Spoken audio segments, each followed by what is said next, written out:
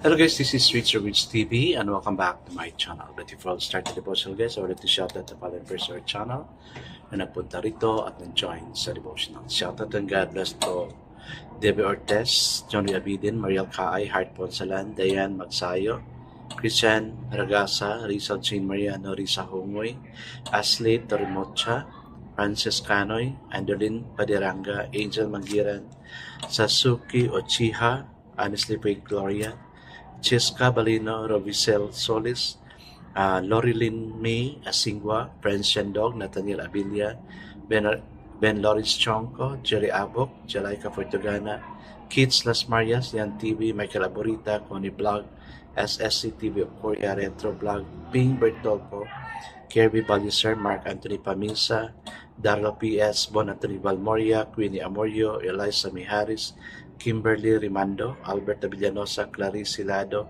Mary Divine Baer, Princess Cose, Jasper Bayang, Jillian Bogo, Shane Pendon, and Jonaline Milcar. Shoutout na rin sa mga hindi nakisabay na manood sa devotional but still napunta pa rin dito para manood at makinig sa devotional. God bless us all guys.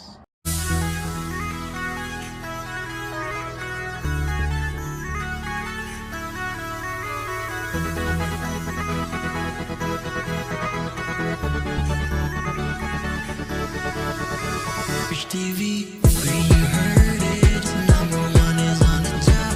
Good advice is they'll never stop. Rich TV, where you heard it, number one is on the top. Good advice is they'll never stop. So, how did we spend our day? No? Kasi walang klase. Sana na-enjoy tayo.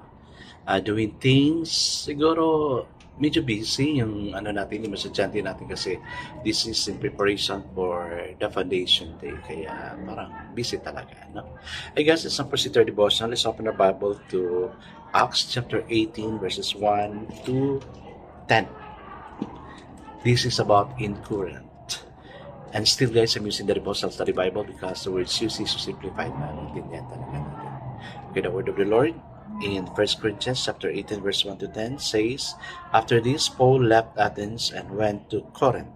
There he met a Jew named Aquila, a native of Pontus, who had recently come from Italy with his wife Priscilla because Claudius had ordered all the Jews to leave Rome.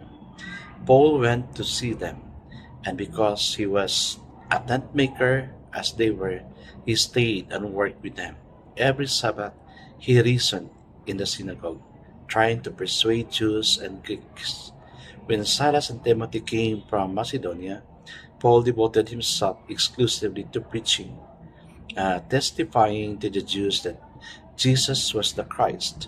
But when the Jews opposed Paul and became abusive, he shook off his clothes in protest and said to him, Your blood be on your own heads.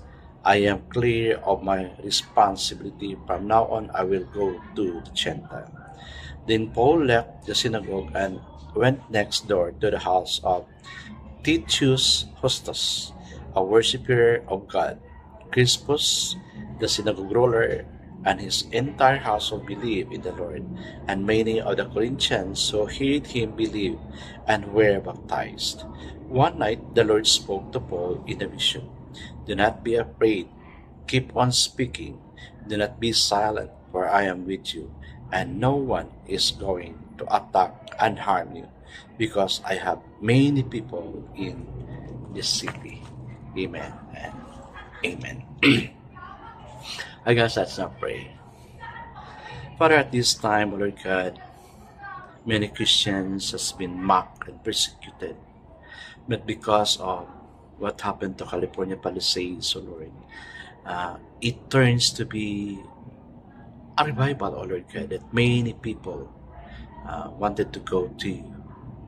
There are those who are not of the same faith, but yet they worship you. They have accepted you as their personal Savior, Lord. Like Paul, O God, he cannot control himself by preaching the word because it was your mandate. And that same with me, O God. Nothing can separate me from your love, O Lord. That's why I'm here sharing your word Bless me as I share your word. It's not me who will talk, but it's you. Thank you also for the presence of those who are here, making time with you almost every night, Lord God. Even for those who are replying for the devotional, bless them all, oh God. Bless them all. Lord, take all the curses that is in our life, Lord, but instead change it with blessing. Lord, thank you for the presence of each one. Bless us all, again. In Jesus' name I pray. Amen and amen. The focus verse for this evening, guys, is found in Acts 18, verses 9 to 10. And it says, the Lord spoke to Paul in the night by a vision. Do not be afraid, but speak, and do not keep silent. For I am with you, and no one will attack you to hurt you, but I have many people in this city. So the title of our devotion for this evening, guys, is A Vision for the Night. Paul's vision, while it gives us a formula for stable, confident living, Paul was one of the most stable person in Christ who ever lived. We are given the source of that stability in the passage. Note the condition of this great man's heart during the turbulent times of rejection and trouble. He was afraid, tempted to be silent, and in constant danger. Balanced that the confidence the Lord gave him, the Lord promised that he would be with him, and that he had many people in the city who would help him. The same vision and constant companionship with the Lord is needed by all of us for courageous Christian living. There are times that we are afraid. We all have fears of something or someone. The Lord's admonition, do not be afraid. I always couple with, for I am with you. The presence of the Lord is the only assurance that can dispel our fears. Amen and amen. Ang ganda, guys, no?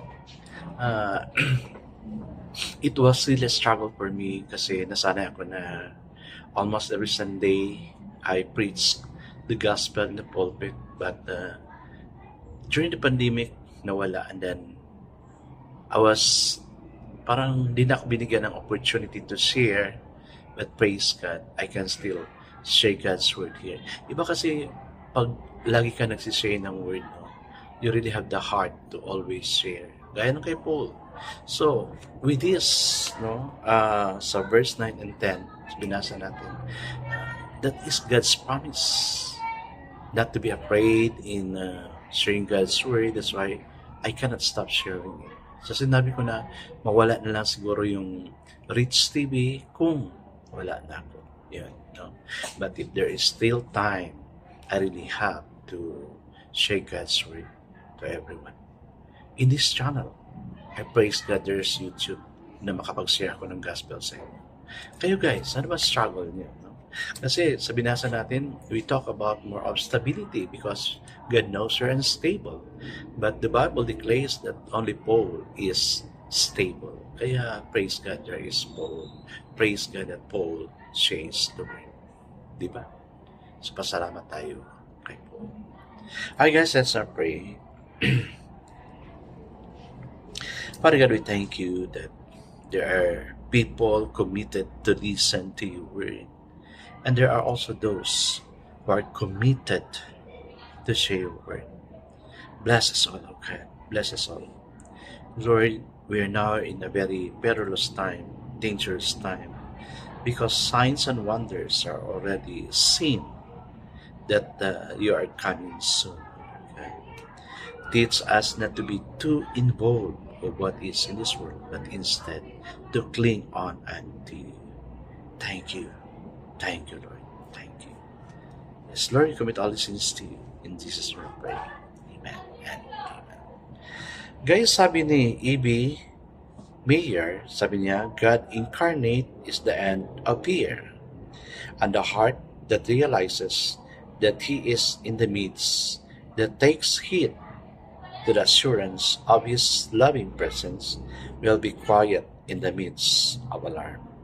Only be patient and quiet.